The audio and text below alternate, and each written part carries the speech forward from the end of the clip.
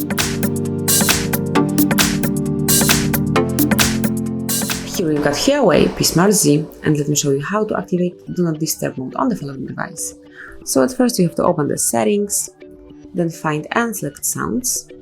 Now go to Do Not Disturb, which is here, and then if you'd like to activate it, just tap on this switcher, and that's it. You've just activated Do Not Disturb mode. You can see the moon icon right next to the battery percentage one, and then you will not be interrupted by any calls or messages. All of them will be silenced.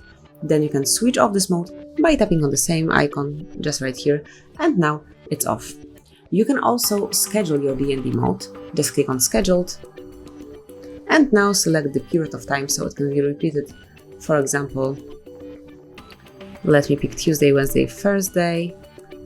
Click on Done, then select the period of time so it can be 9 p.m.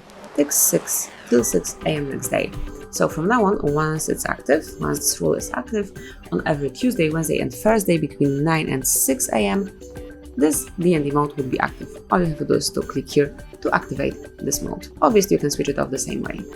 And finally, you can also customize your Do Not Disturb mode. You can activate some calls, so just click on Calls, and you can allow calls from anyone, contacts only or favorite contacts only. Obviously, also none of them, and I will pick none of them.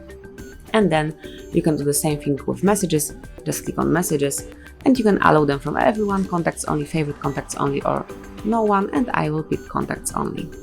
And the last option here is repeat callers options. So if you would like to enable a second call from the same person within 3 minutes period of time, then leave it this way, and if you would like to switch it off, just tap on this switcher. But I will leave it, it's a very useful one.